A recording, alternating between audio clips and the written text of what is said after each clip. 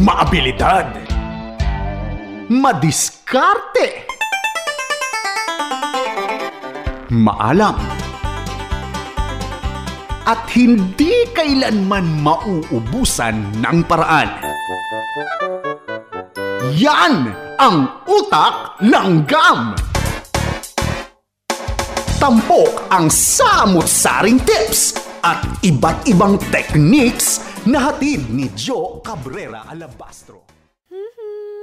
Huwag na kasi kayong mag-away. Oh, ito na oh. One for you, and for you. Huy, okay ka lang? Sa tingin ko naman. Bakit? Bakit nagsasalita ka mag-isa? Sino kausap mo dyan? Yun ba? Kausap ko sila ang aking mga bumunting plant. Alam mo, nakakatuwa mag-alaga pala ng halaman At saka lately, nawawala ang stress ko dahil dito. Talaga? Gusto ko ring mag-alaga ng halaman, kaso lang, parang mahirap. Hindi po mahirap mag-alaga ng indoor plants. Simple lang yan ang ating tips mula sa www.planetnatural.com. Tandaan na bago bumili ng halaman, alamin o i-confirm muna sa pinagbilan kung anong klase at kung paanong pangangalaga ang kinakailangan sa iyong halaman. Bakit kamo?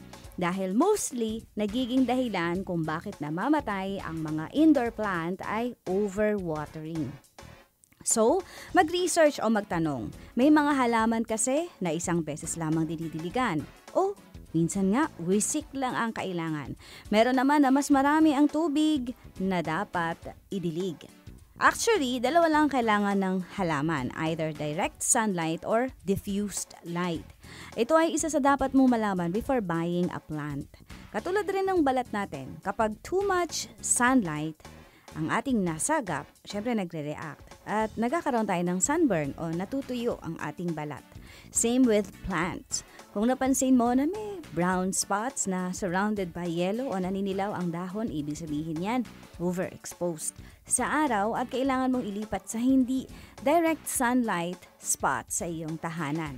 Pwede ka rin maglagay ng kurtina para hindi naman direktang sunlight ang masasagap ng halaman. Tama lang din na may moist o mamasa-masa ang lupa pero hindi sagi. Nakakatulong rin ang paglalagay ng mga bato sa ibabaw para hindi naman direct na napupunta agad sa ugat ang tubig. Isa rin sa dahilan ng pagkalanta ng mga dahon ay irregular watering. Kaya dapat maging way of life mo ang pagdidilig at pag-aalaga ng halaman. Ang consistent na pagdidilig sa halaman ay mahalaga in maintaining the plant and soil's health. Mahalaga rin ang sunlight for successful plant grow.